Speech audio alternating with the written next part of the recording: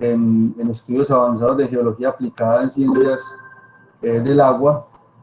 Fue profesora aproximadamente durante 30 años en la Facultad de Minas y pues tiene todo el bagaje y la experiencia del mundo. Sus estudios de posgrado pues obviamente estuvieron enfocados al tema de flujo subterráneo. Y en la actualidad, la profe es la gerente general de la compañía Servicios Hidrogeológicos Integrales, que es, es un tema muy chévere porque pues es una empresa pensada en investigación, ¿cierto? Entonces, cuando las empresas son pensadas con esa componente investigativa, suelen tener resultados muy, muy lindos. Y pues con una fortaleza académica y ese background que da la academia, pues creo que es una ecuación que termina funcionando muy, muy, muy bien. La empresa, pues, trabaja temas de investigación y todo lo que está aplicado a la hidrología, la hidráulica general, pues, que es como el común denominador a todos los que trabajamos el tema de hidráulica, solo que, como les he dicho a ustedes, pues, en diversas oportunidades, quizás la hidráulica es de las ramas más amplias de la ingeniería civil, porque pues uno estudia una base fundamental de la hidráulica y después entonces hay todo un mundo de líneas de profundización en todo el tema hidráulico, desde la parte continental, como la parte marina, como la parte de flujo superficie, como el flujo subsuperficial. Y también se dedican a estudios de impacto ambiental. Entonces el día de hoy la profe amablemente pues, nos va a contar acerca de su experiencia, nos va a romper un poco el paradigma de la hidráulica que comúnmente estamos acostumbrados a escuchar nosotros aquí en la región costera, que es una hidráulica muy de flujo superficial, muy urbana. Para el caso en particular de Barranquilla, pues es una hidráulica muy enfocada hacia el tema del río, pero pocas universidades la gran oportunidad de escuchar una charla sobre estos temas de hidráulica subterránea como ustedes van a tener el día de hoy. Entonces, sin más preámbulos, pues le doy paso a la profesora, agradeciendo nuevamente pues el compartir este ratito con nosotros, compartir su experiencia y que esperamos tenerla pues en otras oportunidades aquí en estos espacios académicos. No sé si Karina querrás comentar algo para que la profe comience.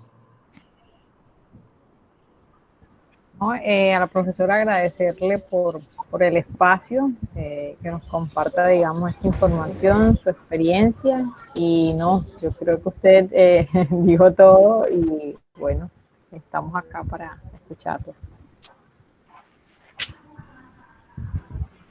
Bueno, entonces, sin más preámbulos, empiezo. Entonces, ¿qué les voy a hablar yo esta tarde? De los estudios hidrogeológicos para obras civiles. Ustedes, uno en la mente tiene como que la hidrogeología o las aguas subterráneas son solo cuando no hay recurso de agua superficial. Y resulta que no. Eso es lo que les voy a presentar yo. Resulta que no, que tienen influencia en todos los ámbitos de las obras civiles. Entonces, ¿cómo vamos a hacer? Pues les voy a dar primero una introducción, algo de cómo está ese tema en la legislación ambiental colombiana, cómo es el agua subterránea en las obras civiles, algunos ejemplos, cómo se construye un modelo hidrogeológico conceptual y cómo se implementa un modelo numérico y qué se puede esperar de él. Entonces, primero hagamos una corta introducción. Entonces, aquí tienen una gráfica que todos ustedes deben conocer muy bien, que es el ciclo hidrológico. O sea, que está la precipitación, parte de esa precipitación se escurre superficialmente, parte se infiltra y parte se evapora. La que nos interesa a nosotros es esta que se infiltra, o sea, la que llega y puede hacer parte o no de las reservas subterráneas. Esa es la que queremos ver en esta presentación. ¿Por qué la queremos ver? Porque si ustedes ven esta diapositiva que es también muy conocida, que es del Servicio Geológico de los Estados Unidos. El agua subterránea constituye el 30,1% del agua total, de agua dulce. O sea, hay una gran cantidad de agua subterránea que está en todos los ámbitos y en todos los lugares de la Tierra. Ya con eso, ya con este grafiquito uno diría, no, me tengo que preocupar por esas aguas que no están escurriendo superficialmente, sino que se están infiltrando. ¿Y qué pasa con esas aguas subterráneas? Pues mucha gente las tiene como un recurso. En Colombia, pues en muchos lugares de Colombia son un recurso. Dígase usted, por ejemplo, en la isla de San Andrés, en el Valle del Cauca, en muchos sitios costeros. Pero también son un problema gravísimo en las obras civiles, como vamos a ver esta tarde. ¿Qué obras civiles? Pues tipo en las carreteras, en los túneles, en las cimentaciones de edificios, en obras de urbanismo, en la minería, en acueductos, en rellenos sanitarios, y se me hace pues interminable esa lista. Aquí están pues las principales obras civiles que se ven influidas por el agua subterránea. Y aquí falta, por ejemplo, una que está muy actual, o es un tema actual, que es el fracking, el tema de fracking. Bueno, esta tablita es muy conocida de dos autores que están aquí referenciados, Prini y Brassington, del 2001, y aquí a mano derecha están las principales obras civiles. Por ejemplo, miren ustedes, drenaje de túneles y excavaciones, drenaje de tierras, bombeo permanente de túneles, excavaciones y drenaje. ¿Qué produce? Asentamientos, efecto en los niveles piezométricos, efecto en la calidad de los acuíferos. ¿A través de qué? De bombeos. Por ejemplo, barreras creadas por pilas, túneles, barreras creadas por disminución de la permeabilidad por compactación o sellado, cambian los niveles, cambian los niveles y la calidad por estas barreras. Por ejemplo, como esos muros pantalla en algunos sitios que se usan en las edificaciones, o por ejemplo las explotaciones petroleras.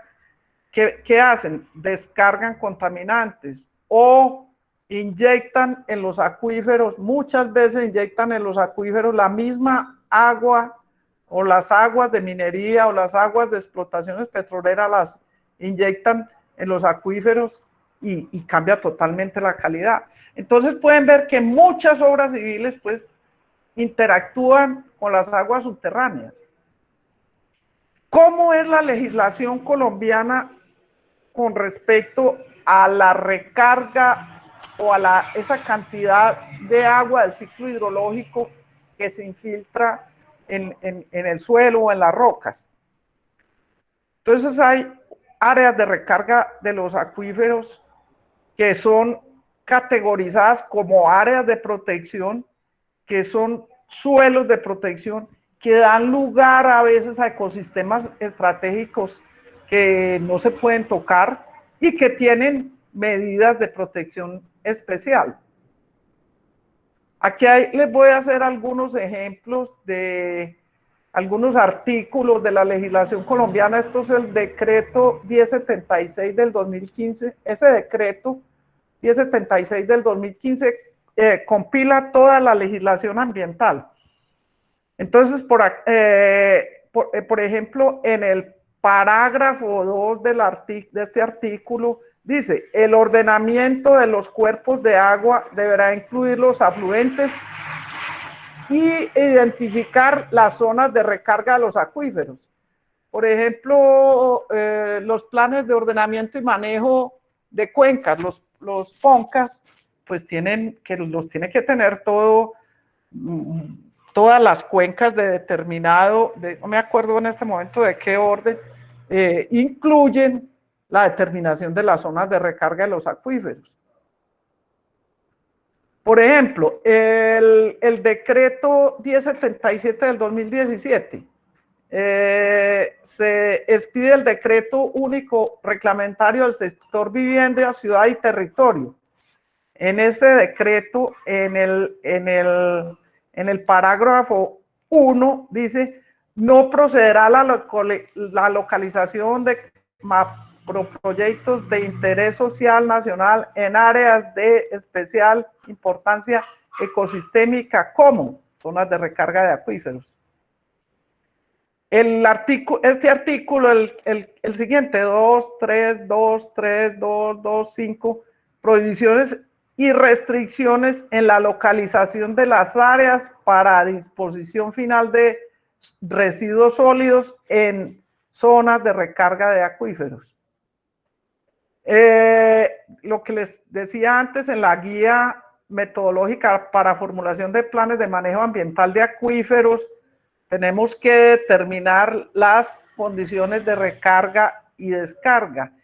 Y las zonas de recarga se definen como zonas de importancia hidrogeológica y deben delimitarse. Entonces, imagínense ustedes lo que eso implica. Eso tiene una cantidad de implicaciones ambientales, económicas, sociales, de todo tipo. Pues porque, por ejemplo, un área de recarga que la declaren como zona de protección, no puedes hacer nada en esa zona, absolutamente nada. ¿Y qué implica eso en una ciudad o en un pueblo de Colombia donde esa sea la zona de expansión urbana? Pues ya eso tiene unos efectos sociales y económicos grandísimos. Además, todos los términos de referencia para proyectos mineros, túneles, proyectos petroleros, túneles en proyectos viales, túneles en proyectos hidroeléctricos, rellenos sanitarios, proyectos de energía eólica, de energía solar y otros muchos proyectos de fracking, planes de contingencia, incluyen la determinación de áreas de recarga. ¿Qué faltaría yo en esta gran tabla? Faltaría los proyectos viales, el diseño de los taludes de los proyectos viales, que ni la mencionan, y muchas veces, tal como les voy a mostrar ahora, hay grandes deslizamientos por agua que se infiltra y que puede causar que falle el talud. Entonces hay mucha información. O sea, cualquier proyecto, digo usted, un proyecto de urbanización, un proyecto minero, un proyecto de carreteras, pues tiene gran cantidad de información geológica, gran cantidad de información geotécnica, perforaciones, estudios previos, que pueden usarse desde el punto de vista hidrogeológico para contestar las preguntas que generalmente uno hace en hidrogeología, que es de dónde viene el agua, hacia dónde va y por dónde transita. En todos estos proyectos, por ejemplo, hay perforaciones con recuperación de núcleo, los geotecnistas hacen ensayos RQD, muchos tuneleros hacen ensayos Luyón, hacen piezómetros, que es información que se podría usar. Es información levantada para la obra y con un conocimiento de todos estos requisitos legales, de esos términos de referencia, representa para el dueño de la obra una gran cantidad de tiempo y de dinero. Y podría, en un caso dado, pues solucionar muchos problemas que se pueden presentar. Vamos a ver la interacción de las aguas subterráneas con algunas obras civiles. Por ejemplo, en carreteras, ustedes tienen una carretera y hacen un corte en el talud original. Esos cortes pues hacen que se drene el agua, sería en este corte, entonces bajan los niveles freáticos. ¿Y qué puede pasar? Que mucha gente que vive en el lugar pues se queda sin agua y vienen uno de los tantos problemas con la población que se pueden presentar. Aquí, por ejemplo, les muestro un deslizamiento, este deslizamiento en una carretera de Antioquia. Miren esta divisoria, parecería que por aquí se infiltra agua y creó este gran deslizamiento. Cuando hicieron la carretera, pues no piensan en eso, o en ese talud, y solamente piensan en el agua que se infiltraría en zonas muy cercanas a la carretera. Pero miren aquí desde donde viene el deslizamiento. Este es otro deslizamiento. Este es un sitio en una carretera hacia el suroeste antioqueño, en un sitio que se llama La Huesera, y siempre el deslizamiento, siempre viene desde aquí, siempre, y cada que hay periodo de lluvias, se da ese deslizamiento. En los túneles, cuando se hace algún túnel, pues ese túnel drena el agua a su alrededor y pueden secarse los manantiales, los humedales, si hay pozos, por ejemplo, de riegos cerca a la costa, se pueden salinizar, puede haber subsidencia. Por ejemplo, estos son los posibles problemas ambientales causados por los túneles: daño de infraestructura, colapso de suelos, agotamiento de manantiales, disminución de caudales en corrientes, impactos en la vegetación, en la fauna, disminuyen los niveles piezométricos. ¿Qué significa eso? Que la gente que antes tenía pozos con bombas instaladas, diga usted, a 40 metros, el agua se les profundiza y se afecta obviamente la calidad del agua. Un caso de libro, diría yo, es el túnel de la línea. Si ustedes ven aquí la red de drenaje de toda la zona alrededor del túnel de la línea, la línea roja es el túnel con la salida en el Tolima y la entrada en el Quindío, o al revés. Y este túnel rompió paradigmas impresionantes en las aguas subterráneas, porque estos son rocas metamórficas, duras. Se pensaba que ahí no había agua subterránea. Este es, por ejemplo, al contrario. Miren, esta es una salida de agua de uno de esos salidas de un túnel piloto de la línea. Aquí estaban saliendo casi 500 litros por segundo. O sea, impresionante. Una pequeña quebrada.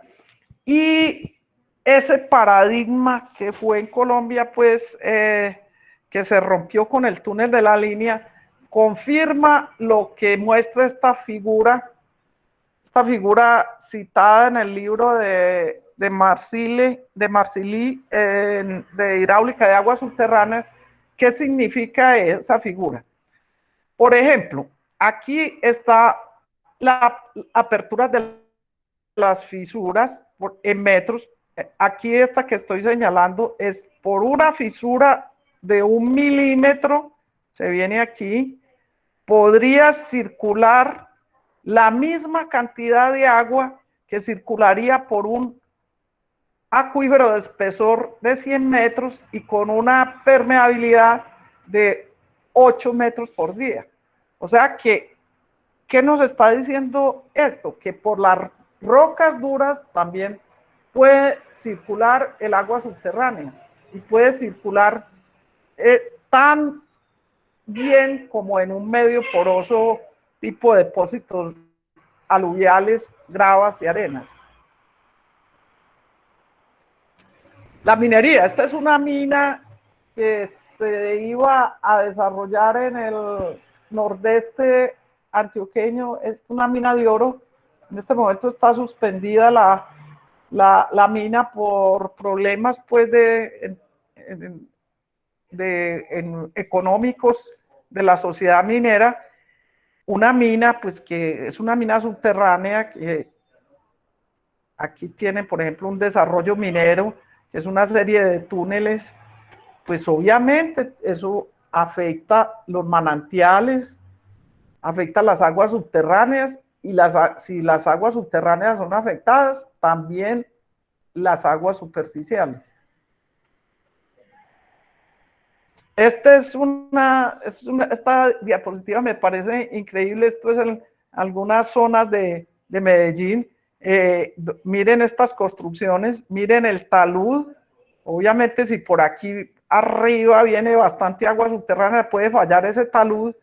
Entonces, ahí en ese caso también tendríamos que tener en cuenta el agua que se infiltra en el suelo.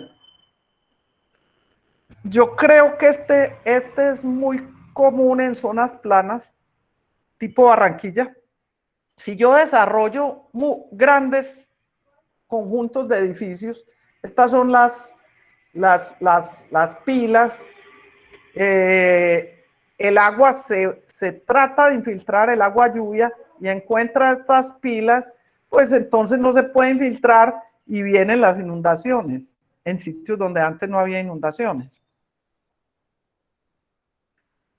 Este es un ejemplo clásico, la subsidencia. Ustedes tienen conjuntos de edificios, pues el edificio tiene sótanos de parqueo, generalmente son para parqueo. Supongan ustedes que tienen un depósito sedimentario y después uno con unas arcillas, y como dueños del edificio, como administradores del edificio, les interesa que los parqueaderos se encuentren secos, sin agua. Entonces, ese bombeo continuo de agua para que los parqueaderos se encuentren secos causa subsidencia, por la famosa ecuación de Terzaghi, ¿cierto? Que el esfuerzo total es el esfuerzo efectivo más la presión de poro. Si saco el agua que está entre los poros, pues todo ese esfuerzo que era compartido entre el esfuerzo efectivo y la presión de poro, pues todo será el esfuerzo efectivo y se produce lo que se conoce como subsidencia. Aquí tienen subsidencia, estas en California se han producido desde 1925 hasta esta fotografía que es muy mostrada en los libros de hidrogeología, todo esto de subsidencia. Pues si este señor dígale que mida 2 metros, pues cuánto ha bajado la tierra. En Ciudad de México también es famoso el caso de la subsidencia. Y básicamente, ¿qué consiste? Básicamente consiste en que yo bombeo para mantener mis parqueaderos secos, y esta parte de arriba queda seca, y estas arcillas, este acuífero confinante o esta capa confinante se soporta más esfuerzos y se hunde el edificio. Este fenómeno muy común en la zona de la sabana de Bogotá. Bueno, entonces, para saber si eso va a pasar, si hay agua subterránea, cómo afecta el agua subterránea mis obras civiles, ya sea una carretera o ya sea un edificio, pues yo tengo que construir lo que se conoce como un modelo hidrogeológico conceptual, que simplemente es contestar estas preguntas que les dije al principio. ¿De dónde viene el agua? ¿Hacia dónde va? ¿Cuál es el entorno geológico en el cual se mueve? Este entorno geológico, antes se creía que no había agua sino en las formaciones en rocas duras, no consolidadas, tipo depósitos aluviales. Pero ese paradigma se rompió, pues, por ejemplo, en Estados Unidos en los años 60, 70, que allá enterraban depósitos por sustancias peligrosas procedentes de las plantas de energía atómica procedentes de plantas de fabricación de elementos químicos, fertilizantes, las enterraban a grandes profundidades y pensando que esas rocas duras no transmitían el agua. Y después se dieron cuenta que sí la transmitían, ¿Por qué se dieron cuenta? Por la gran cantidad de casos de enfermedades que se fueron presentando. Hay varias películas famosas con ese tema. Entonces, ¿cuál es el mensaje de hoy o de esta tarde? Nosotros tenemos mucha información, no necesariamente del estudio hidrogeológico, sino de la obra en general, de la carretera, del túnel, de la mina, del conjunto de edificios, mucha información que yo levanto y con esa información podría empezar o incluso construir un modelo hidrogeológico conceptual preliminar. Y hay como cualquier tema en ingeniería, pues hay cajas de herramientas, ¿cierto? Hay cajas de herramientas para uno construir un modelo hidrogeológico conceptual. ¿Cuál es la caja de herramientas? Pues la caja de herramientas está formada, o en la caja de herramientas hay información recolectada en esos estudios preliminares y hay técnicas hidrogeológicas. Mire, por ejemplo, esto, pensemos en una carretera.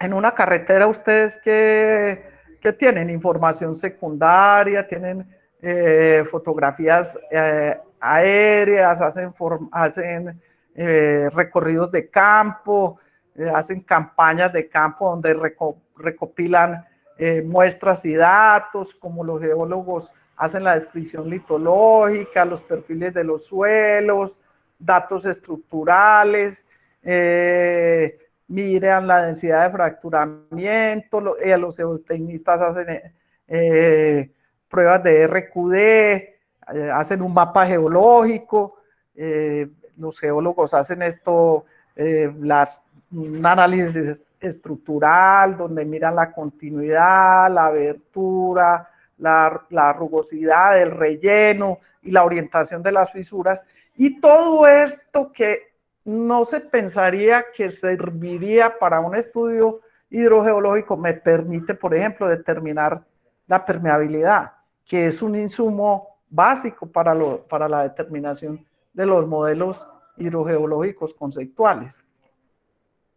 Entonces, un modelo hidrogeológico conceptual, ¿qué tiene? Tiene geología, que obviamente la hacen los geólogos, los geólogos hacen la parte de geología estructural, la geomorfología regional, hacen estudios geofísicos, tiene hidrología superficial, donde se hace análisis de información secundaria. ¿Con qué fin? Información secundaria de qué? Digo secundaria porque nosotros no la levantamos, lo que es los datos de precipitación, de caudal, los datos de evaporación, me van a servir para determinar la recarga. Y ya sí hago un estudio hidrogeológico, hago un inventario de puntos de agua, de manantiales, de pozos, hago pruebas de bombeo y hago análisis hidroquímico, ¿cierto? Donde levanto los iones mayores y aplico isótopos que también vamos a ver más tarde. Para llegar a algo como esto que tienen aquí, este es el modelo hidrogeológico conceptual del Valle del Cauca. Entonces, me dice que el acuífero se recarga por esta zona, que circula, mire, circula así, y ahí están todas las formaciones geológicas que existen, en este caso gravas, arenas, arcillas, depósitos aluviales, y hay direcciones de flujo. Ese modelo hidrogeológico conceptual es, en este caso, un modelo regional y no está escrito en piedra. Escrito en piedra, ¿qué quiere decir? Que no es ya lo hicieron y ya se quedó así. No, cada vez que yo levanto información, pues lo puedo refinar y mejorar. O confirmarlo, o confirmar este que está aquí. Miremos algunos casos de estudio. Este fue un caso que se presentó en una finca. Estos señores de esta finca le alquilaron la finca a una exploradora de una minera, y ellos, pues ya la minera terminó sus exploraciones, y aquí había un pozo de exploración, que es este pozo GT022, y después que se fue la minera, este nacimiento de donde se proveía el agua de la finca se secó. Entonces, estos señores, los dueños de la finca, demandaron a la minera casi por 6.000 millones de pesos, por los perjuicios pues causados. En una vista 3D, aquí está la perforación del pozo, aquí está el nacimiento, aquí está la cuenca aferente pues a ese nacimiento, por aquí están los terrenos de la finca, ¿cierto? Dedicada a la ganadería, a los cultivos, en fin. Y empezamos a mirar, a estudiar, y miramos primero un análisis de fotografías aéreas desde 1961 hasta 2016. Miren, en 1961, miren la gran cantidad de bosque que había. En 1998 ya el porcentaje de bosque había disminuido muchísimo. En el 2008 pues ya era un parchecito, y en el 2016 ya pues prácticamente no había bosque. Esto todo con imágenes gratis que baja uno de Google Earth. Se empezó a calcular la recarga, que es la que da origen a los nacimientos, y de un análisis hidrológico, de balance hídrico, miren lo que en la línea morada de abajo, miren el comportamiento de la recarga a partir del 2011, que fue un año niña. Después vinieron los años niños, y miren, prácticamente en 2013, 2014, 2015, 2016, recarga cero. Entonces, hay una gran disminución en los manantiales y en las corrientes superficiales, ¿cierto? Entonces, ya con eso, la demanda de esta gente se cayó, ¿cierto? No fue la perforación del pozo, sino simplemente un fenómeno climático que se puede estudiar con datos hidrológicos que tiene el IDEAN. Bueno, el área de la cuenca subterránea, esto es muy importante porque muchas veces el área de la cuenca subterránea no coincide con el área superficial. Se han presentado casos en obras civiles que viene agua. ¿De dónde viene el agua? Que llega muchas veces a los túneles o a las carreteras, de cuencas que no están ahí. Hay un caso muy famoso que fue está muy documentado, en la antigua vía a Los Llanos, un gran deslizamiento que sepultó como 300 buses. Eso fue en los años 60 tal vez. 300 buses, que el primer bus llegó y había un pequeño deslizamiento y se hizo la cola de carros. Cuando hubo un gran deslizamiento hubo muchísimos muertos. Que el agua, ¿de dónde venía? No del talud cercano, de las áreas cercanas, sino de zonas alejadas del sitio. Pudiera ser que de otras cuencas que no son la cuenca superficial, que se mira en primer caso. Este es un caso muy bonito que muestra cómo la geología, si ustedes miran los geólogos levantan estas direcciones, de las principales estructuras. Si ustedes miran en el verde, en la zona verde, en una formación que se llama formación abejorral, miran estas estructuras y uno pudiera decir que por la mitad de esas estructuras va la divisoria subterránea. O sea, hay técnicas geológicas o técnicas no, con los datos que levantan los geólogos puede uno inferir muchas cosas de la hidrogeología y no necesariamente los geólogos levantan eso para estudios hidrogeológicos. Ellos pueden tener otros fines, pero uno los utiliza para fines hidrogeológicos. Este es un caso que fue en el 2010, noviembre, diciembre del 2010, hubo unos grandes deslizamientos en estas cuencas de estas 3 quebradas que drenaban hacia el sector de Las Palmas de Medellín, la carretera que lleva al aeropuerto. Esa carretera estuvo cerrada más de un año, entonces hubo grandes deslizamientos. Ahí pueden ver algunos. Entonces, ¿qué fue lo que causó esos deslizamientos? Entonces, si miran este mapita en su parte superior izquierda y ven un poco de punticos, esos punticos son como estas perforaciones o estos huecos que se ven en el terreno. Esa formación geológica en esa zona es una formación que se asemeja a unos karst, al comportamiento de los karst, que las rocas kársticas, como las que hay por los lados de Barranquilla, donde sacan la caliza, el agua la disuelve esa caliza. Estas rocas no son kársticas, pero actúan como si lo fueran, se llaman las dunitas de Medellín, y se producen en esas zonas estos huequitos que se llaman dolinas. Entonces, mire esa zona, esta es la vereda del Plan. Entonces, por un lado está la Presidenta, la Poblada de la Sanín, y por el otro lado está la carretera a Santa Elena, ¿cierto? Y todo el agua que viene aquí se infiltra, y entonces, ¿qué pasa? Bueno, se hicieron todo el estudio geotécnico tradicional, por ejemplo, ensayos Lefran, aquí les muestro con rojo,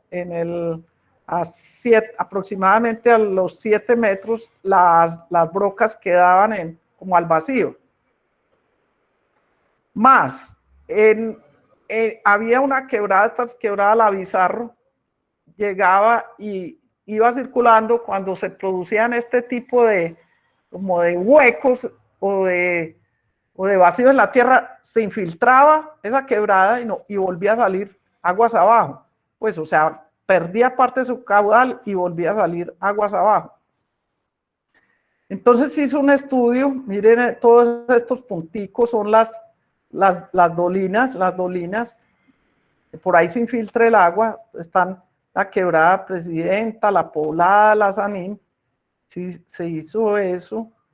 Se miró también cómo era la respuesta precipitación, cómo era la relación del caudal en algunos sitios con la precipitación. La de arriba es la precipitación, las de abajo son los caudales en algunos sitios de aforo. Fíjense que era muy rápido el recorrido. Hay una diferencia casi de 1000 metros entre ese sitio y el valle y la ciudad de Medellín, muy rápido, en algunos sitios mucho más rápido. O sea, que el agua llovía en la parte de arriba, que llueve más o menos de 2000 a 2500 milímetros al año, en Medellín llueve 1500, y rápidamente esa agua llegaba a los sitios de aforo en el valle o a las quebradas. Miren, aquí están ya los aforos en los sitios de la Poblada, la Presidenta, aforos en manantiales, o sea, un flujo muy rápido. Entonces, un hidrogeólogo o una persona que estudie esto dice, bueno, aquí hay algo raro, tenemos que estudiar a ver cómo es que que se llegó a eso. Entonces, con estudios, digamos, allá se hizo hidroquímica, se hicieron isótopos, se determinó que esta zona de arriba, la vereda del Plan, era como una gran ponchera de agua que reparte agua en todas direcciones, ¿cierto? En todas direcciones, y fue la que causó por saturación el deslizamiento en el 2010. Bueno, Turbo, que es una zona costera en Antioquia, aquí tenemos estos se llaman los diagramas de Steve, que simplemente que me describen el comportamiento de los principales iones del agua subterránea. Entonces están ahí los negativos, son los aniones, y estos los positivos, los cationes. Entonces, mientras menos área tengan esos polígonos que forman el diagrama de Steve, menos sales tendrán, más buena será el agua.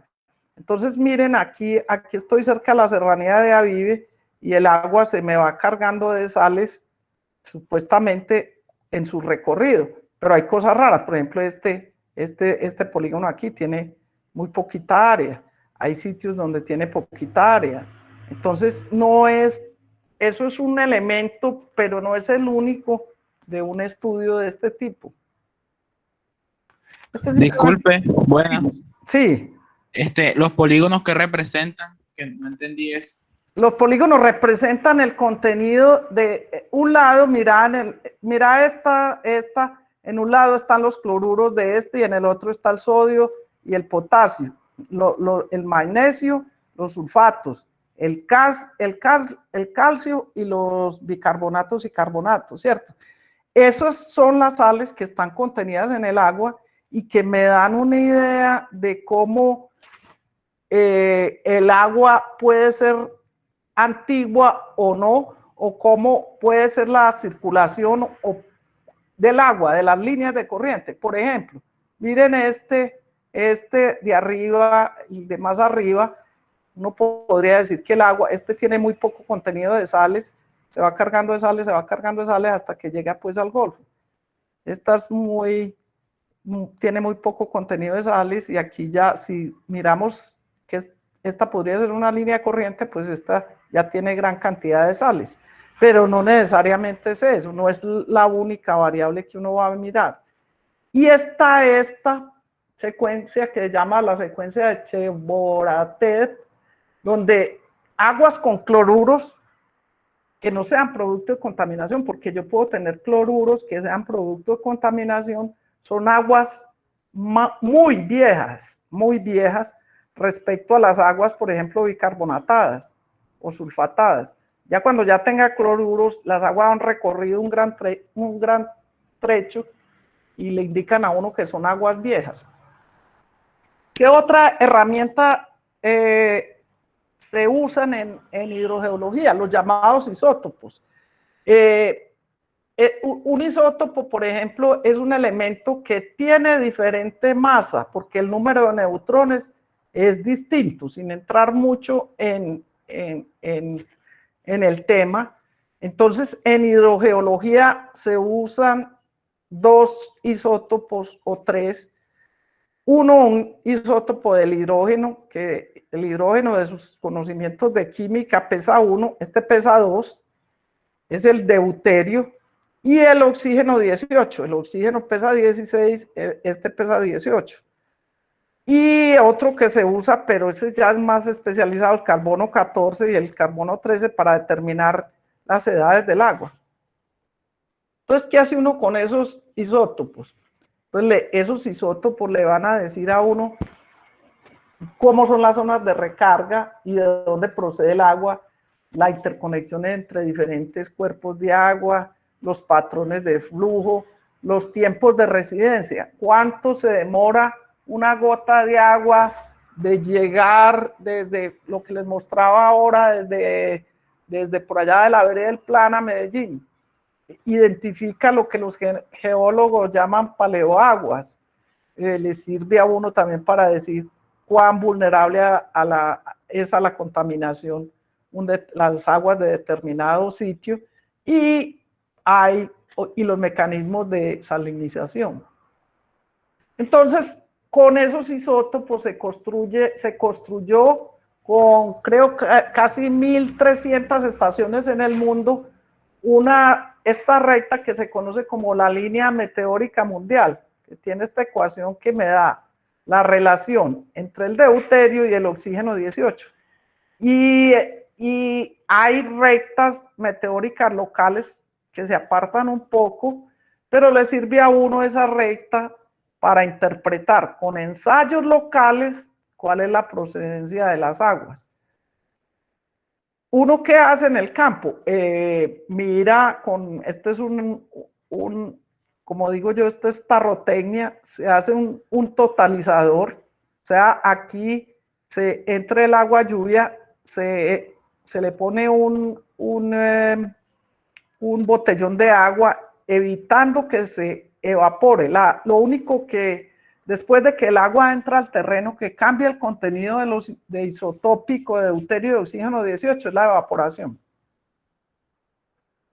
Y con eso hace, por ejemplo, con estaciones, uno levanta con diferentes medidas en altitud, digamos a 1000 metros, levanta el contenido de isotópico de deuterio, oxígeno 18, a 1300 lo mismo, a 2100 y así sucesivamente. Y después uno dice, miren, mide el contenido de agua del pozo 7, y ya como construye ese gradiente altitudinal del pozo 7, entonces uno se va allá y dice, ve, el agua del pozo 7 viene de aguas infiltradas a 2000 metros de profundidad, o el agua del pozo 62 viene de agua infiltrada a aquí 500 y pico de metros de altura, perdón, de profundidad no, de altura, a 2000 metros de altura, a 1000 metros de altura, y así sucesivamente. Y, por ejemplo, esto es de una tesis de maestría que yo dirigí cuando estaba en la universidad. Aquí ven ustedes los rojitos son las aguas subterráneas y los azulitos son las aguas lluvias de agosto. Esto quiere decir que la gran cantidad, las aguas subterráneas podrían provenir, me está diciendo eso, de las lluvias de agosto, que generalmente es un mes seco. Cosas muy sorprendentes dan los isótopos. ¿Por qué? Porque a veces la recarga de los acuíferos se da en episodios de lluvia intensa. En ese mismo trabajo que se determinó, no solamente con herramientas de geología, de isótopos, pues que hay un río que es el río Chico, Santa Fe de Antioquia, y su zona aledaña está más o menos a 500 metros, 500, 600 metros sobre el nivel del mar. Este río es alrededor de, esta zona está a 2500 metros sobre el nivel del mar. Parte del agua que llega aquí viene de arriba. Los manantiales también les sirven a uno para determinar zonas de descarga de aguas subterráneas. Miren que en esta zona, que es un proyecto hidroeléctrico en Caldas, en el departamento de Caldas, miren que la mayoría de los manantiales agrupados en una zonita, ¿cierto? Donde se produce la descarga, pues, de todas esas aguas infiltradas. ¿Qué hace uno con eso? Entonces uno, por ejemplo, en este año determina la precipitación y determina el porcentaje de recarga que se va a dar en un año normal, en un año seco y en un año húmedo. Y determina cómo podría ser la circulación de aguas subterráneas. Esta bolita roja que ven aquí es el túnel, un túnel que se pretende construir en ese proyecto, ¿cierto? Entonces, si yo tengo un estudio de estos, antes de empezar las obras, sé cuáles manantiales y qué zona va a ser afectada. Aquí tiene pues como aquí estos datos, estos M significan los manantiales, estos son las conductividades eléctricas, son conductividades muy bajas, son las conductividades casi de agua lluvia, o sea, rápidamente el agua se infiltra y sale a distancias muy cortas. Este es otro caso que es un caso que en este momento en el país es de gran actualidad y es un problema, que es la ubicación de los rellenos sanitarios. ¿Dónde voy a ubicar rellenos sanitarios sin que me contaminen las aguas subterráneas y estas a su vez contaminen las aguas superficiales? Porque si recuerdan ustedes, lo que se llama el flujo base de los ríos es sostenido por el agua subterránea.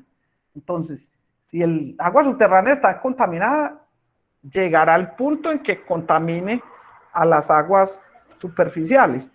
Esto en el caso, en el diagrama de la izquierda, entonces hay un pozo, esto es lo que se llama una pluma de contaminación que con el bombeo yo me la voy arrastrando, con el bombeo de un pozo me la voy arrastrando con las posibles consecuencias para la salud de los habitantes de los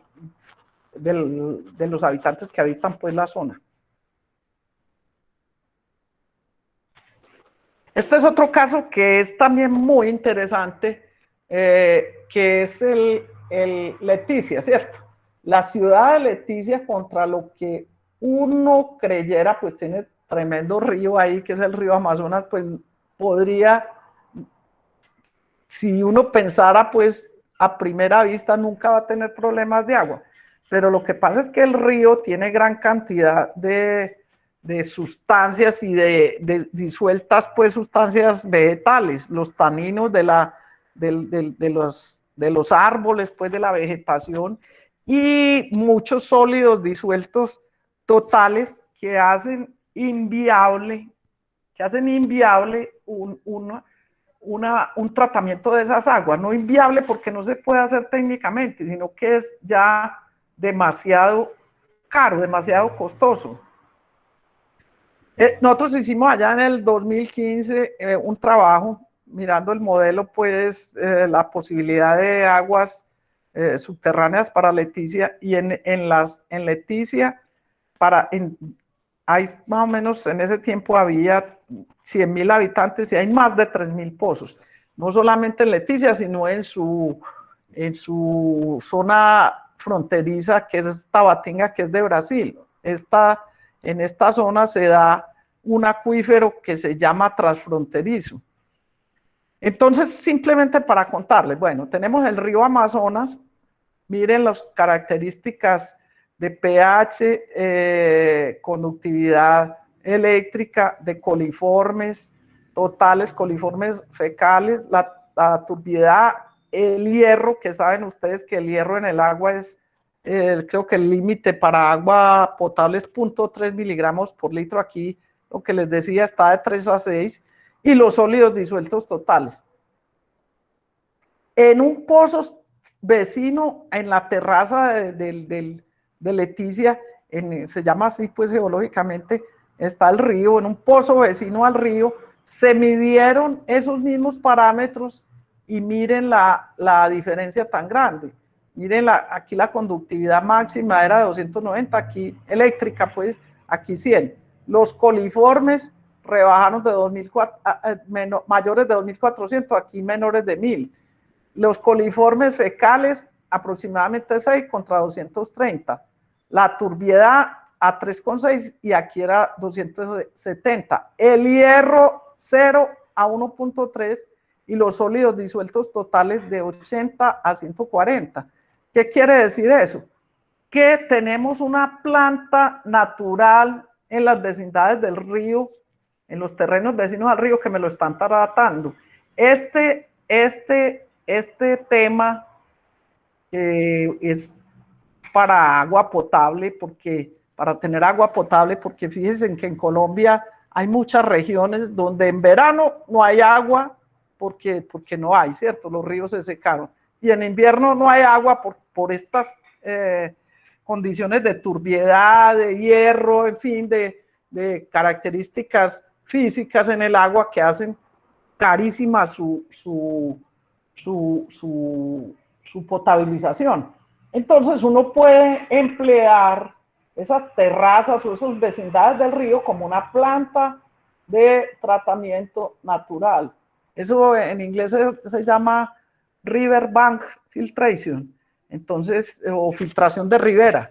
O sea, es una cosa, pues yo pienso en Barranquilla, muchos sitios no tan grandes como Barranquilla, pero poblaciones pequeñas a lo largo del río podrían usar ese sistema para tener agua potable a muchísimos menores costos o rebajar los costos de potabilización con un sistema de estos.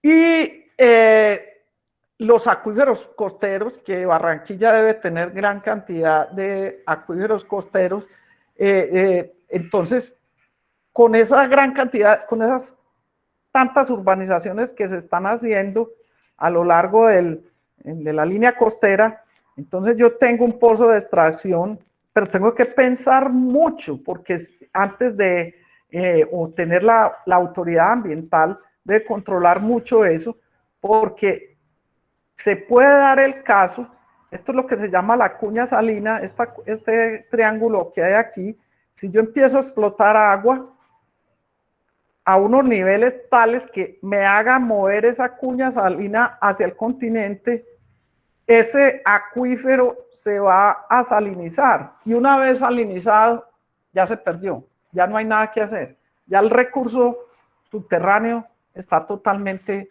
perdido. Entonces miren, aquí en esta muestra ya un efecto ya de explotación, ya por ejemplo este pozo se salinizó, este también, o sea, los costos ambientales y ecológicos y sociales de hacer esto son tremendos, pues por lo menos se debe tener en cuenta y tener muy claro lo que puede suceder en el caso de que se tengan pozos de una explotación grande, mayor de un máximo, que haga que no se me meta la cuña salina al acuífero.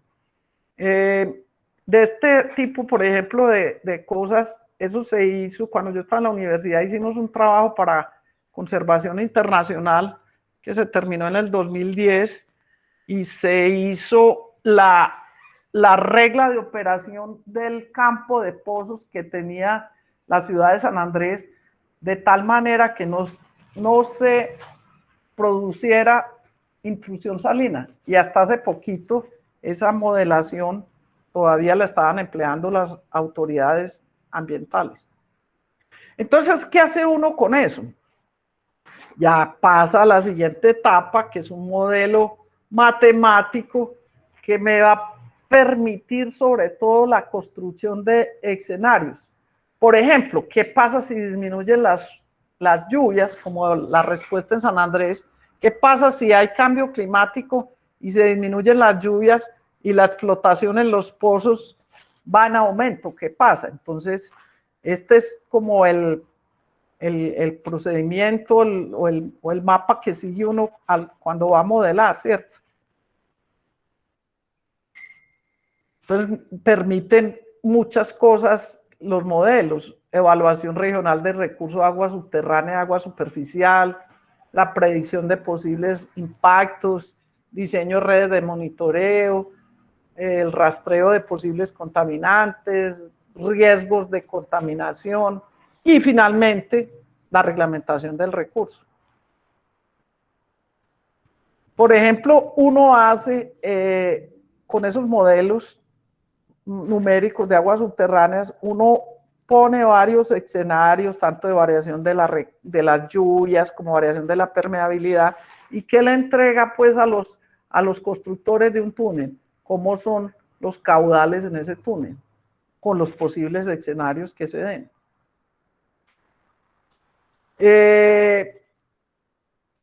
Hay muchas limitaciones en una modelación, sobre todo las limitaciones de la información, pero no puede decir uno que porque tiene poca información no es posible hacer un modelo. Uno empieza con poca información, hace una primera modelación, después cuando consiga más información, hace otra, como subiendo una escalera, ¿cierto?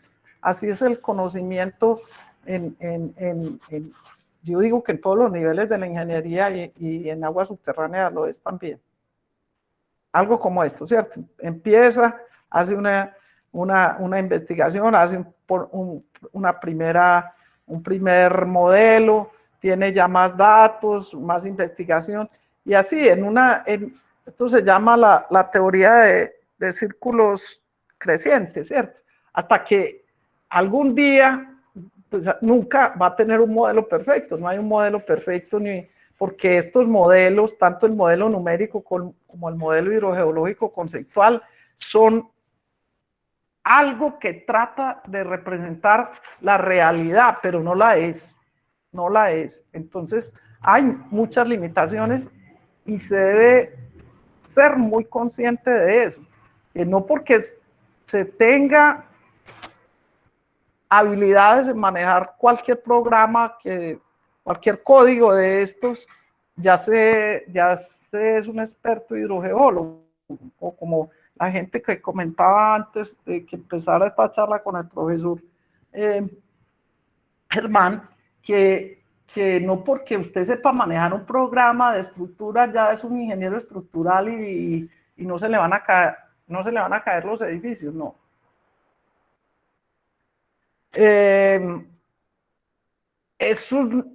Hay muchas ventajas de un buen estudio, de tener en cuenta todas esas variables. Por ejemplo, los términos de referencia generalmente de todas esas obras civiles piden los regímenes de precipitación. Yo con eso puedo mirar una buena planeación de la obra, entonces que con la época de lluvia se va a disminuir el ritmo de trabajo por las lluvias, yo voy a diseñar bien las obras de drenaje, disminuyo los costos, puedo prevenir inundaciones, en fin, prevención de deslizamientos, prevención de afectaciones a manantiales o pozos existentes, evito problemas legales y propendo por la conservación del recurso hídrico. Este es un escenario ideal. En el escenario actual que hay. Entonces, hay una componente hidrogeológica en todos esos estudios de licencia ambiental.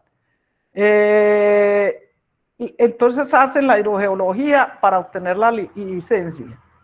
Y hay una gran cantidad de estudios a detalle de ingeniería que no se tienen en cuenta. Un escenario ideal sería los estudios de ingeniería de detalle para la obra me sirven para obtener la componente hidrogeológica y a su vez me sirven para el diseño y ejecución de la obra y se ahorraría gran cantidad de tiempo, de problemas y sobre todo de hacerse enemigos en la comunidad, que eso es lo peor para cualquier obra.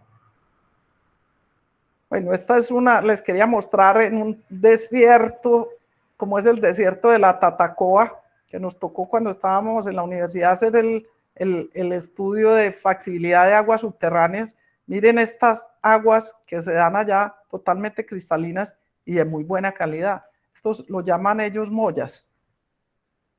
Entonces, ¿qué hace un ingeniero? Pues es como un detective, como Poirot, ¿cierto? Uniendo las piezas de un gran rompecabezas, que es, por ejemplo, está lo que hacen los geólogos, litología, las conductividades o permeabilidades de las formaciones, dónde están las fallas, uso la hidroquímica, cómo son los espesores de la zona no saturada, cuáles son los contactos, cómo es la hidrología, cómo es la precipitación, cómo se ha comportado la zona con el cambio climático, cómo son las resistividades desde el punto de vista geofísico, y con eso abro un gran mapa que me da los factores que influyen en la circulación de las aguas subterráneas.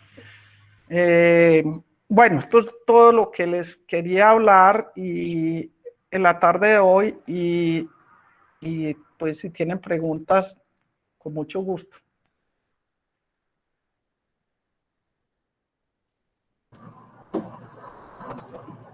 Bueno, profe, muchas gracias por la presentación. Muy interesante. Vamos a empezar con preguntas de los estudiantes. ¿Qué preguntas tienen, ingenieros? Bueno, yo tengo una pregunta. Pues yo he visto en YouTube, pero no sé si, o sea, yo creo que es como mentira, como cosas como que engañan a la gente.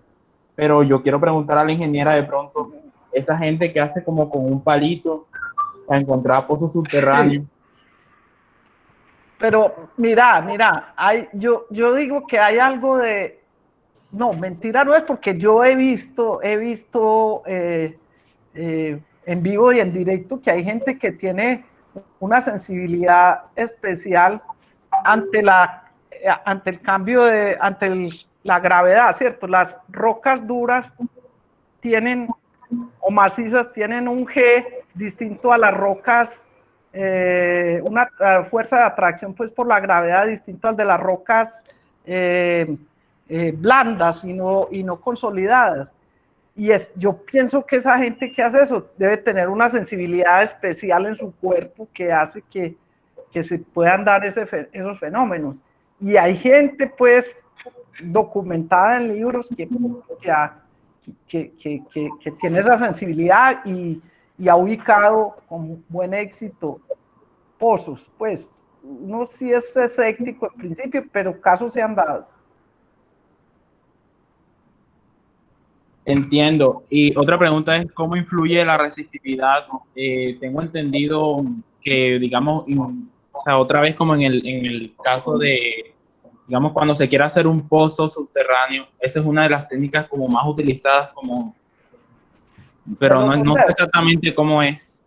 Por ejemplo, las resistividades de las rocas duras, que supuestamente no tienen agua, son muy altas, son del orden de 1500, más de 2000, ¿cierto? Mientras una resistividad de una arena o una grava es mucho menor. Entonces, si te dan resistividades de esas tan bajas, quiere decir que por ahí se te está enredando el agua subterránea, porque ellas en principio está en esas zonas, en zonas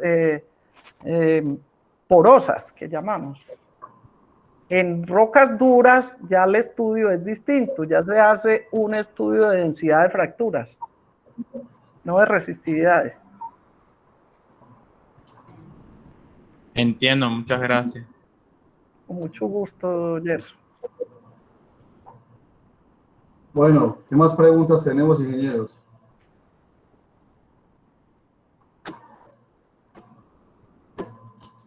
¿Alguien de los estudiantes que tenga alguna otra pregunta? Que yo tengo varias, pero quiero primero que ustedes pregunten para hacer un poco más dinámica la charla.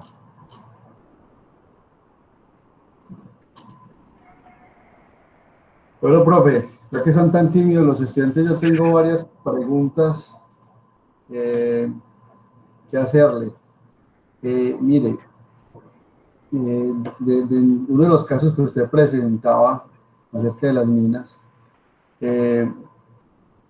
a mí me invitaron a asistir a una mesa técnica con el ANLA este año por el tema de esa mina que se va a hacer, creo que es de cobre, por allá en Jericó. Sí.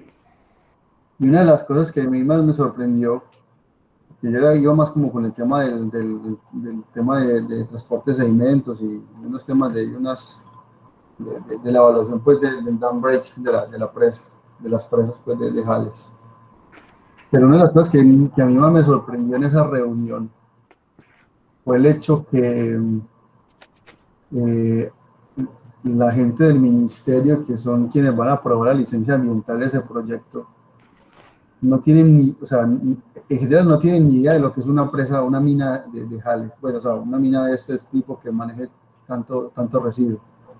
Pero lo más curioso es que a nivel de flujo subterráneo tienen unos vacíos tremendos, tremendos, que como usted bien conoce la zona, pues eso va a tener un impacto bastante directo en toda la hidráulica, tanto superficial como subterránea, de esa cuenca hacia el Cauca, más los efectos de todos los residuos de jales que vayan a liberar en caso de que se llegue a presentar una falla de la presa de jales, pues porque aquí hay un efecto ahí complejo en cuanto al análisis de estabilidad de esas presas, y que eso pues tendría también un efecto directo incluso en el mismo Hidroituango, por el tema de tanto residuo y depósito que se generaría con una rotura de una presa de ese tipo. Entonces, ¿usted qué podría recomendar con respecto a ese tipo de proyectos, sobre todo esos que son tan particulares como las presas de jales?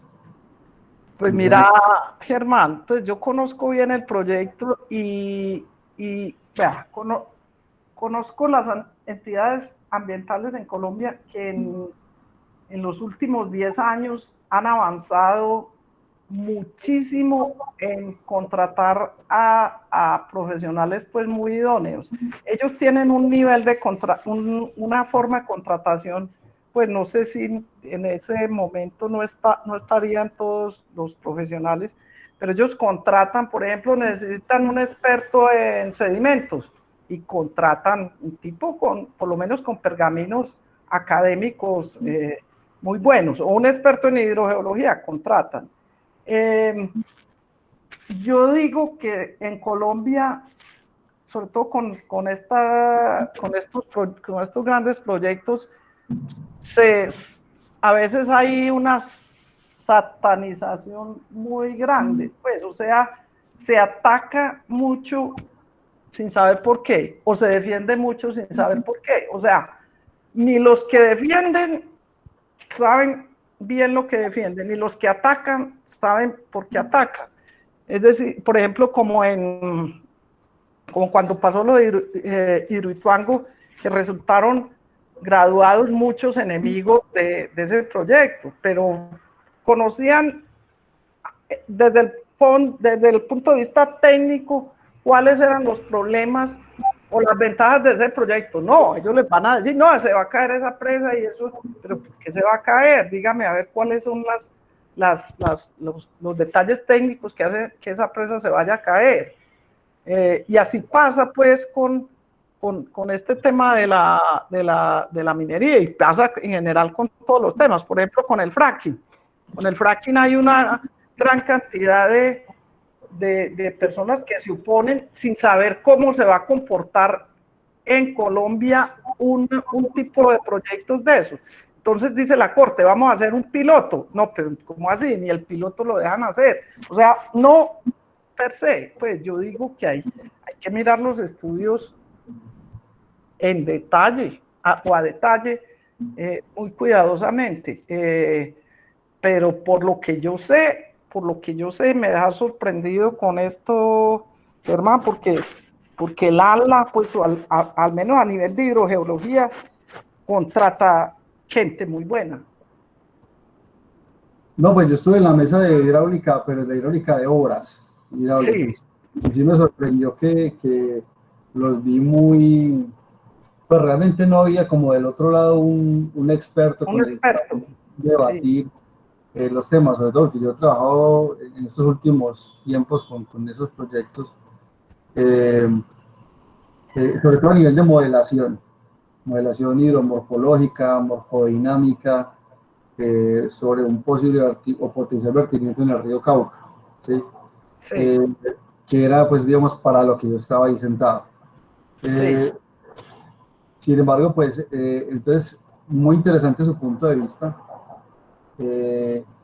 porque entonces eso indica que a nivel, que sí se puso el tema sobre la mesa, pero realmente, pues, no estaba como dentro de digamos, de la temática de la mesa que me correspondía a mí, pero sí se tocó un poco el tema del drenaje subterráneo y como que los cortes que se van a producir a nivel subterráneo. Entonces, ¿qué nos puede contar de eso, profe? Pues yo de eso de cortes a nivel subterráneo es que ellos si necesitan agua es muy poco del río Cauca y el agua que van a sacar de esa mina pues la van a tratar antes y van a hacer pues yo no soy una experta en el tema pues de presas de relave, pero esos residuos van a ser secos, o sea que disminuye, no lo elimina, disminuye el riesgo pues de falla de una presa de esas, ¿cierto? Pero no sé exactamente pues del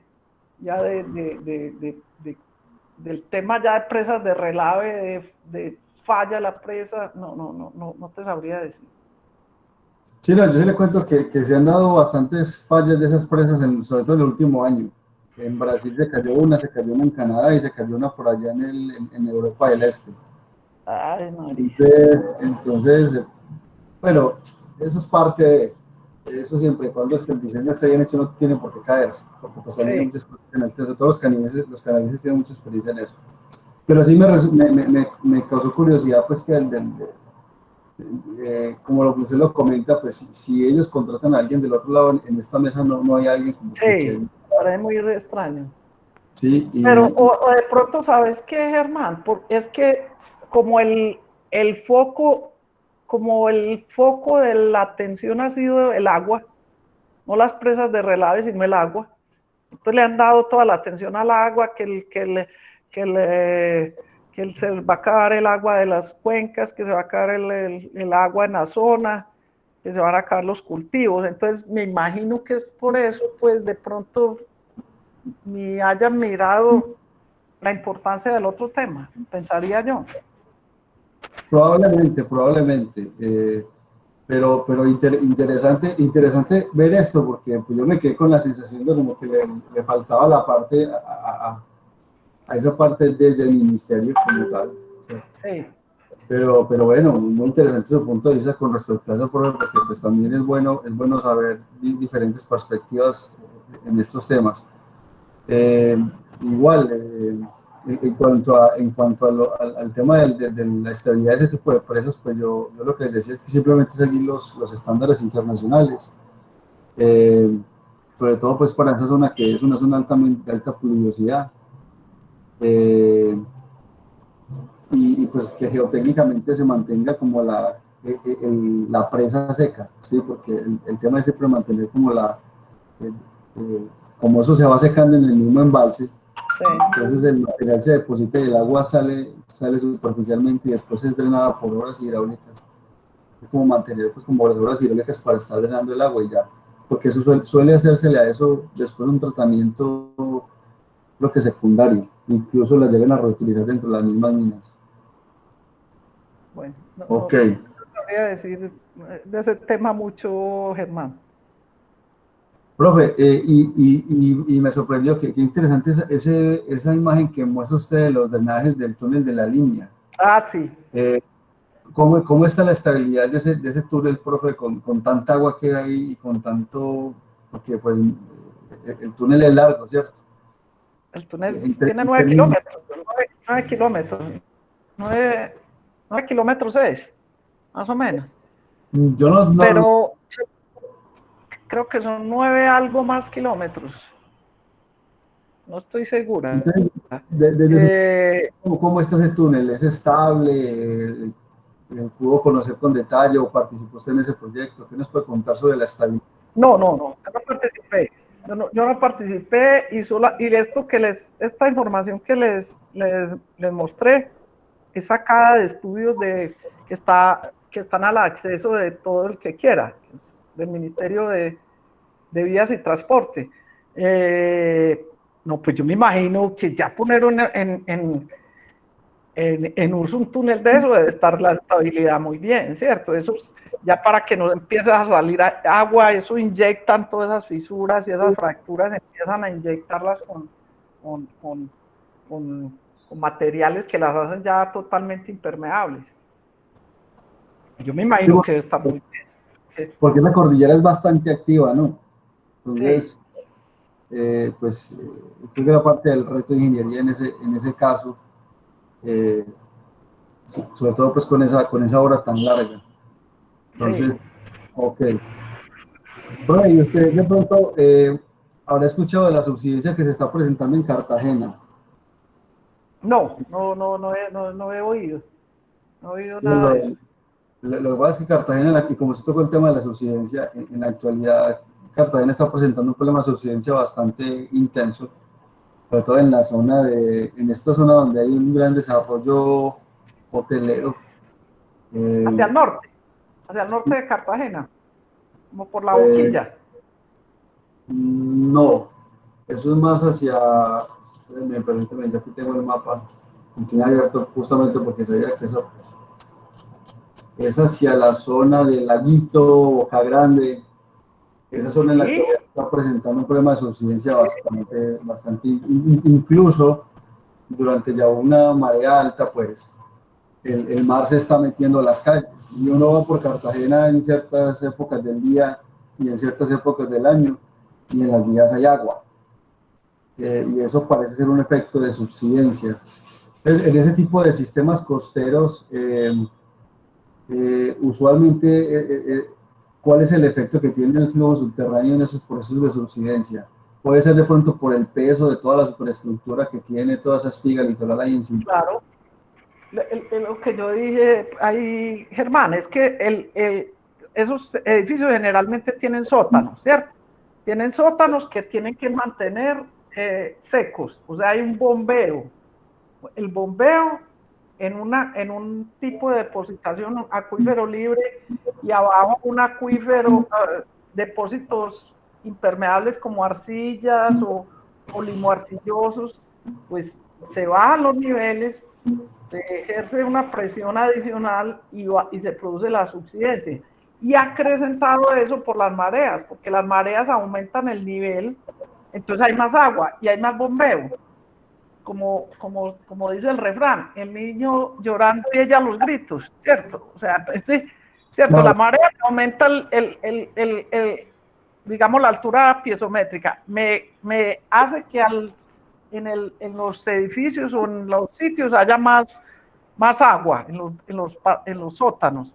Entonces tienen que poner a funcionar esas bombas más. Y entonces viene con el peso de toda esa infraestructura, pues viene la subsidencia, diría yo, sin conocer absolutamente nada. No conozco pues el tema. Pues una cosa ahí muy general, no conozco nada, ni cuál es la geología, ni nada. Me imagino que podría ser algo como eso. No, pues ahí esas zonas son antiguos, un depósito antiguo de dunas, es una espiga litoral, pues que desde el punto de vista geomorfológico, pues su característica es dinámica, es estarse moviendo en el tiempo, solo que pues cuando construyeron toda esa serie de hoteles, pues ya rigidizaron esa espiga pues incluso por eso los procesos de erosión tan intensos que tienen ahí. Pero sí, hace como unos 3 años empezó a tocar el tema de la subsidencia. Ya desde varias líneas he escuchado yo el tema de la subsidencia en esa zona. Sin embargo, pues son como lineamientos muy tangenciales. Realmente uno no ha escuchado todavía que se hayan puesto en la tarea de hacer como por lo menos una geoeléctrica o algún tipo de perforación que permita, pues yo no sé cómo será, cómo miden ustedes eso, profe, pero algo que permita realmente pues medir el efecto del peso de todas estas estructuras sobre la estabilidad de la espiga litoral. Pues ese es un tema y de hecho quería contarle otro caso que ya ese sí, digamos, conocí un poco más de conocimiento, que es un proceso de subsidencia que se está presentando en Pájaro Manaure. Pájaro Manaure, eso está es Alta Guajira, pero es antes de llegar al municipio de Manaure como tal. Este pájaro es como es una pequeña localidad guayú que hay antes de llegar a Manaure. Yo tuve la oportunidad de estar allá y evidentemente por unas actividades de extracción de gas, digamos, la parte continental de la playa, todo ese depósito se está hundiendo. Y pues inicialmente me llamaron por un tema de erosión costera, pero cuando uno ve es una zona que está totalmente inalterada. ¿Sí? Y uno dice, bueno, pero la erosión aquí ¿de dónde? Pues ya después, haciendo una investigación un poco más detallada, pues encontramos que ahí hay una estación de gas que está, digamos, en la parte, digamos, de la plataforma submarina cercana, y parece ser pues que ahí también el efecto erosivo está asociado al tema de la extracción de gas en esa estación de gas. Interesante, ¿eh? Y sí, estamos haciendo para una geoeléctrica y unas mediciones por ahí están. Después le puedo mostrar si quiere qué fue lo que se... Pues yo no hice esa parte, pero sí ahí hay un tema de subsidencia pues como conocido por nosotros aquí. Bueno, de mi parte es todo, pero en cuanto a preguntas, no sé si alguien más quiera comentar algo. Hola, yo quería, es una curiosidad. Lo que pasa es que yo sé... Un poco más duro, por favor. ¿Se escucha todavía muy bajo? Se escucha. Ok, es como una curiosidad acerca de un tema. Lo que pasa es que hace algunos meses yo estuve viendo un documental sobre la producción de aguacate en Chile, Sí. que se da específicamente más que todo en una zona, en una provincia de Chile llamada Petorca. Bueno, eso ha ocasionado que para el riego de las plantaciones de aguacate, pues hayan creado pozos para el riego, ¿cierto? Y entonces, ¿qué hizo eso? Causó una sequía, creo que si no estoy mal, es un río que pasaba por esa provincia o una quebrada, no estoy muy segura, pero de ese acuífero las personas se abastecían de agua, pero ha llegado el punto en el que pues ya no hay agua en esa zona y pues ahí también habían campesinos y pues ya no producen nada y entonces la ley de Chile cobija a la multinacional, o sea, hay como una privatización del agua y pues en sí se le está violando un derecho fundamental a las personas que ahí habitan, que es el derecho al agua. Entonces yo quisiera saber cómo qué solución se podría dar en ese caso. O sea, es que no sé si la ingeniera podría darme alguna respuesta. Yo conozco el caso pues de Chile, que fue un referente colombiano no solamente en la ley 100 de salud, sino en muchas cosas, entre ellas los proyectos de energía y de agua. Allá tratan el agua como un bien de mercado, aquí en Colombia no. O sea, aquí en Colombia el agua es un derecho fundamental de la gente, y eso sí lo tienen muy claro pues las cortes y eso. ¿Y qué se puede hacer en el caso de Chile? Pues muy grave, porque los acuíferos se pueden recargar, pero eso no se recarga inmediatamente, eso puede tomar años.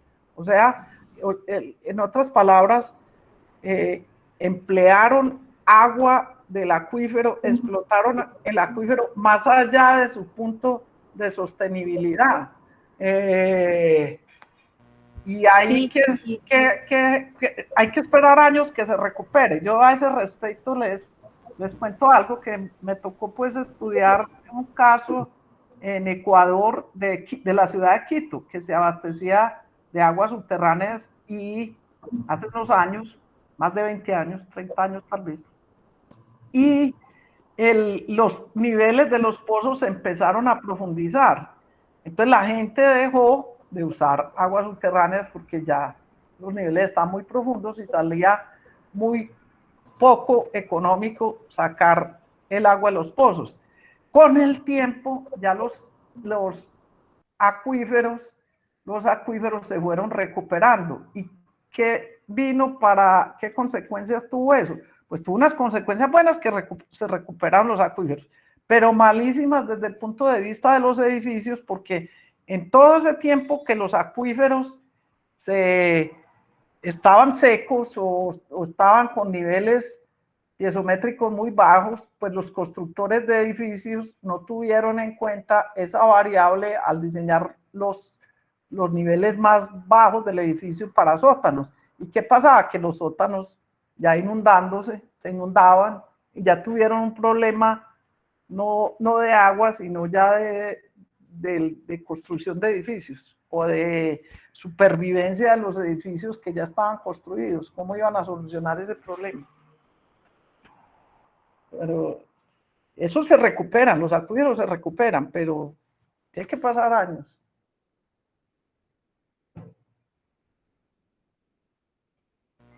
Muchas gracias. Con mucho gusto.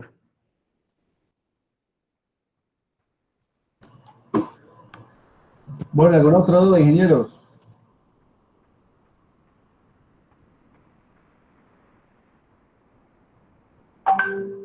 Bueno, profe, parece que entonces ya no hay más no hay dudas. Entonces no queda más que agradecerle el espacio y reiterar pues de que es muy interesante todo lo que usted nos presenta, ¿sí? Sobre todo pues que son cosas que uno usualmente no ve.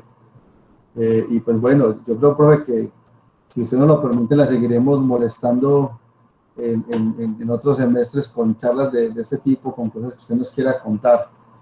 Bueno, con mucho gusto, Germán, y muchas gracias por haberme invitado y compartir pues con la gente joven estos conocimientos que ellos son los que van a tener que tomar las riendas de este país en un futuro muy cercano, y muy bueno que conozcan de estos temas, porque seguramente se van a tropezar con problemas causados por aguas subterráneas.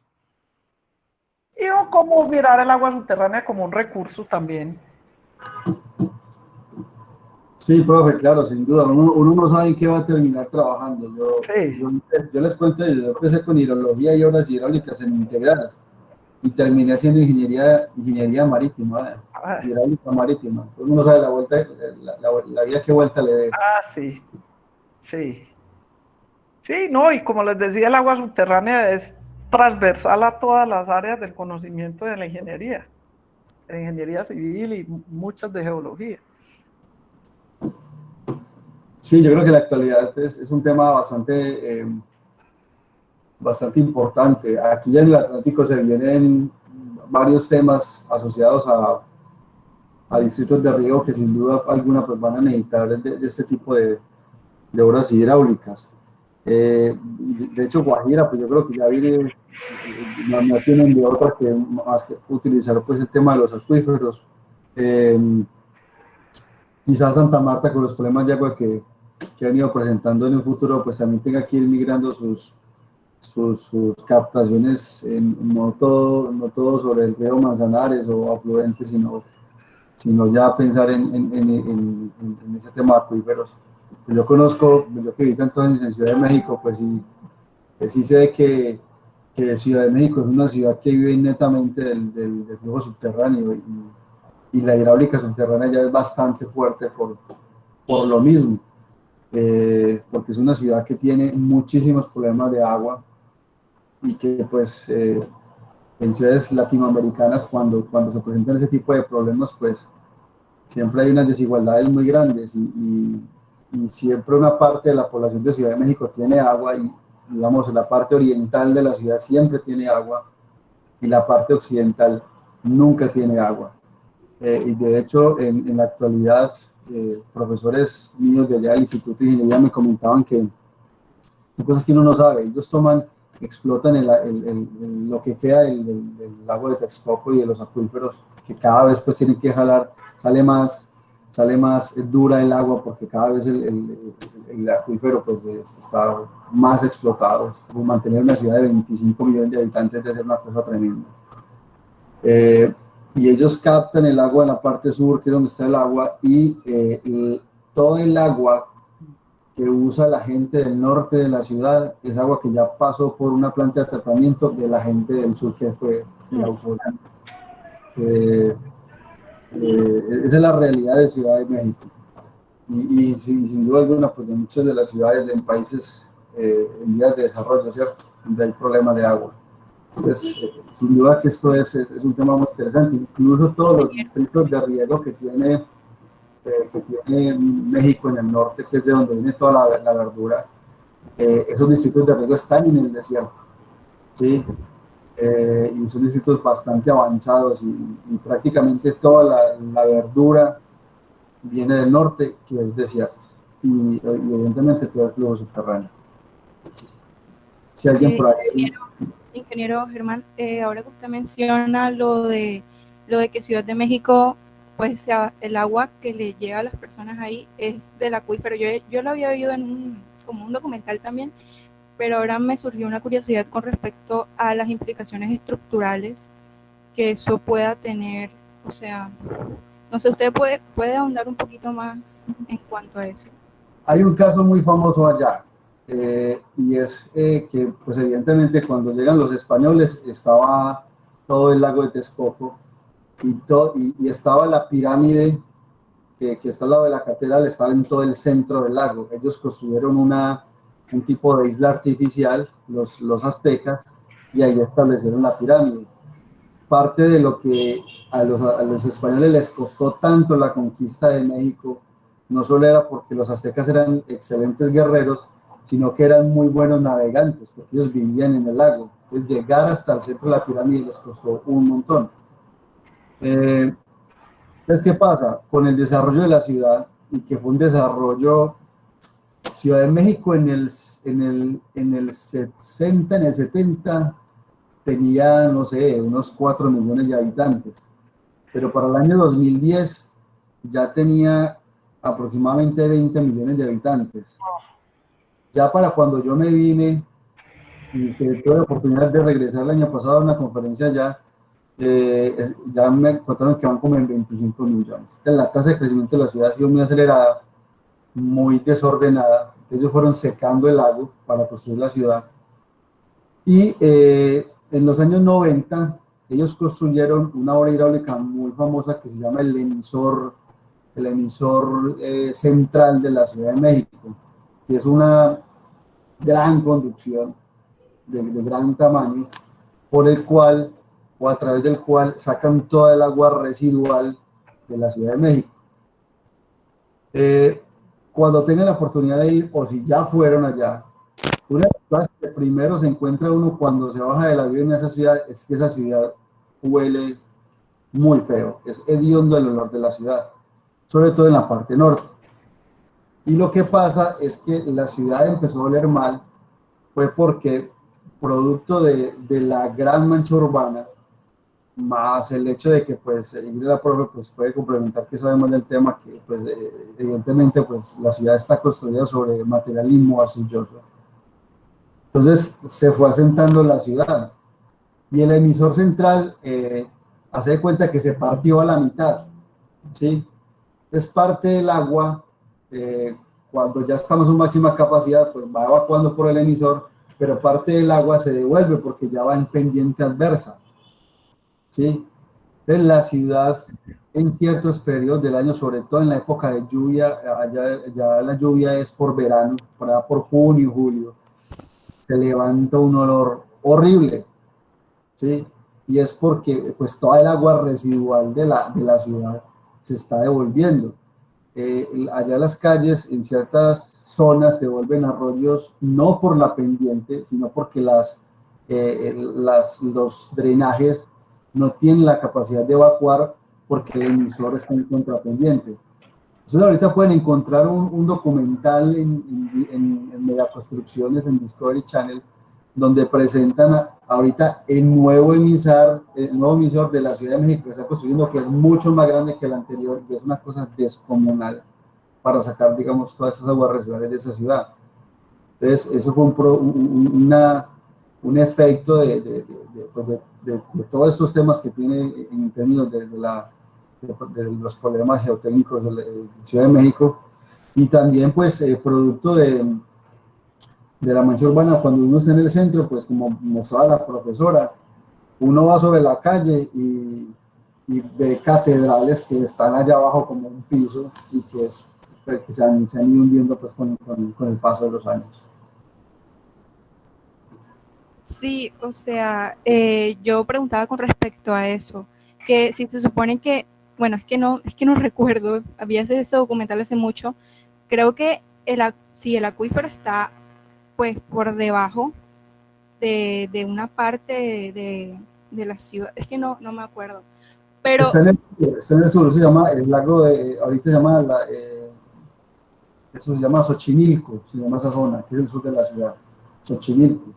ok, o sea, y a medida que van extrayendo más y más agua, o sea, eso le va quitando soporte al suelo, ¿no? O sea, yo quería, bueno, no soporte, o sea, me refiero a la ecuación que la ingeniera mostró hace poco del esfuerzo efectivo más la presión de poro, esfuerzo total, ¿sí me entiende? ¿A qué me refiero?